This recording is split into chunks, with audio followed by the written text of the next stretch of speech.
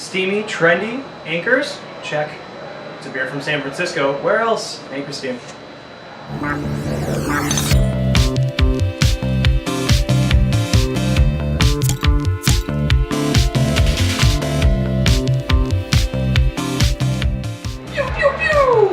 What's up, everybody? It's The Beer's Going Bad. That's where the beer flows like wine. Welcome to our Wednesday night review. I'm your host, Pat Tugin. And I'm also your host, Scott Van Vook. Every time, dude. Every time. I feel like you don't say we're your hosts. It's like, I'm your host and I'm the sidekick. You said I'm your host in the last one. Did I? And I didn't say anything. Well, regardless, we're here in celebration of San Francisco Beer Week this week. Woo! We're going to drink the one, the only, the Anchor Steam beer. So, quick question. Are we posting this in Beer Week of San Francisco Beer Week? Or are we filming this? I'm going to spatter this all over San Francisco and let you guys know that we drank San Francisco beer. Anchor Steam, man. Let's do it. Let's do it. That was a rocket, by the way.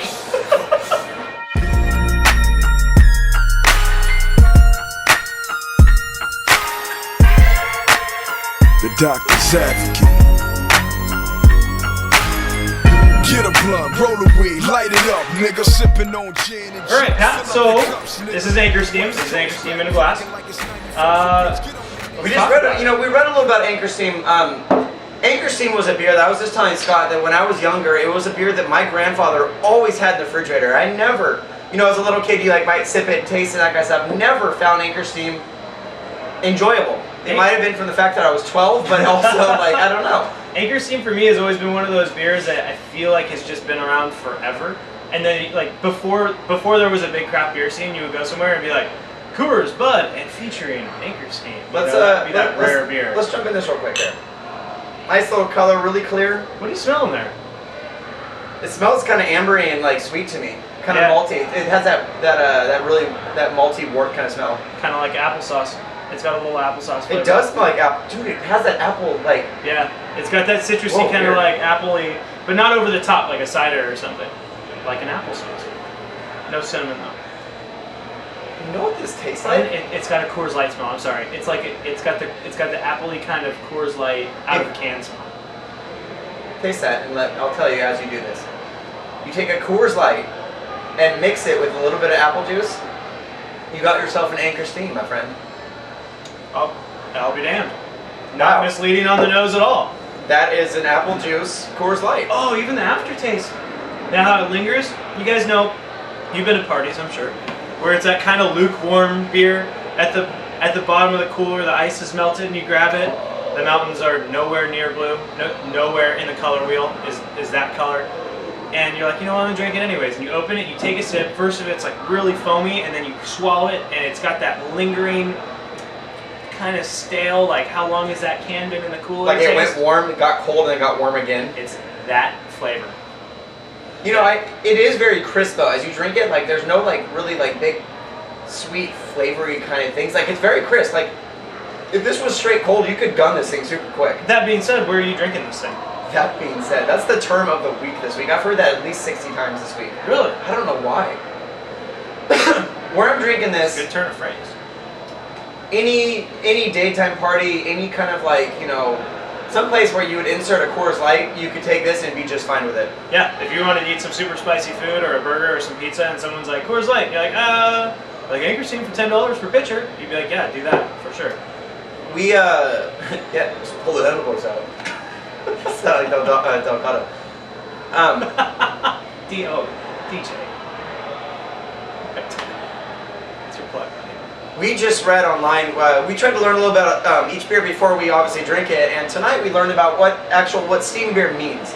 And there's a couple different definitions of what steam actually is, but this brewery's been around since the 1800s. Made it to about Prohibition, died off, got a resurgence back in the 70s, and kind of came back with their bottling system in the 70s. And it's a cool way of doing it. And I know, not to be rude or anything, I was kind of hoping it was going to be a better beer based on the way that they do it. It has a very long history. Yeah, no, it's rad. And I probably shouldn't have been expecting something from a beer that's been around forever to be some sort Apple of crazy. Steam. No, so the way that one of the explanations for the steam beer is that they're using lager yeast it requires a cold environment to actually work. And because it's in San Francisco, they don't have the cold environment to make that happen. they're fermenting it at warm temperatures. And so what they would do is pump it up to the roofs into shallow vats that, in doing so, they would open the roofs up, and the cold air from the San Francisco area across the Pacific Ocean would blow across the top of it, rapidly cooling it, thus producing a lager-style beer in a warm fermenting idea. Thus, the beer is produced. Yeah, and maybe from that really like oxygen-rich punch in the face, that air slap, best term ever. Term of the night, air slap. When you walk outside after being drinking inside and you get slapped in the face in the air and you become drunk quickly. Probably happens more on the East Coast than it does out here. Yeah, you walk out and go, oh, it's so fucking hot out. Here it's exactly the same as it was inside. That being said, term of the night. It's 72 in February right now. It's 72 really, currently yeah, right now. Really, really nice. And I'm hot. Double lungs. I gonna go ahead and say it. I'm not a huge fan of chocolate, Ghirardelli chocolate. I'm not a huge fan of big cities. I'm not a huge fan of the bark, and I'm not a huge fan of Anchor Steam.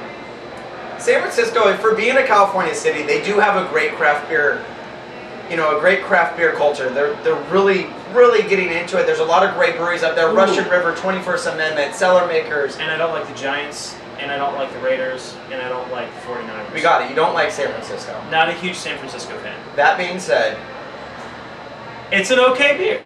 A brewery that's been around for close to 150 years might not necessarily be at the top of the list for like the craft beer pushing the limits kind of stuff, but for what it is, it's been around for 150 years, and the fact that we're still drinking it has something. You have to say something about that. No, it's good. It's good. It's good. It's not amazing. If you're like, dude, that's my beer, I'd be like, that's cool. Budweiser's my beer, and I'd be just as happy sitting here drinking Yingling. Maybe there's a reason why my grandpa had it in there. Maybe I remembered him of 1930. I don't know. Was your grandpa in the Navy? Yes. It's Anchor on the bottle. They said on the page I was looking at that the Anchor, there's no real idea why they named it Anchor Steam, but they think because San Francisco back in the early 1900s was like a huge port, that the Anchor was just like, why not? There it is. I respect it. Put a bird on it, It was just like the super hip thing to do back in the day. Yeah, put an anchor on it. It was the Sparrow of the 1930s. Yeah, just two anchors right here above your underwear line. That's what chicks did back in the day. Then came the nautical stars, and then the sparrows. Yeah. No. Honestly, it's not a bad beer. I'd probably give it like a 5.5. It's not bad. It's not good. It's right in the middle. I could probably have it again. Wouldn't necessarily seek it out, but if I had this over a Coors, I'd probably pick this one. Yeah, I mean, if I opened a cooler and there was one in there and I was barbecuing, I would definitely grab it before some other things, and then definitely not before some other things. So, did we even find out what the ABV was on this? That's probably right. I mean, it's a lager style beer. I'm gonna put the ABV right here. I'm gonna take a guess. So I'm gonna say probably around 4.8 to 5.2. I was gonna say no higher than 5.2. It's really funny you said 5.2. Yeah. So. Well, you know what, guys? Good job. Good way to keep making beer and way to be independently owned. That's pretty badass.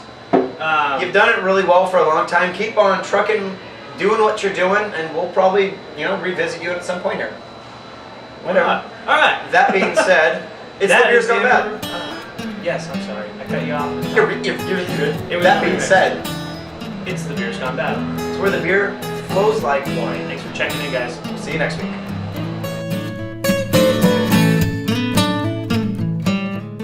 I think I wear khakis every Wednesday, by the way. Cheers. Found it.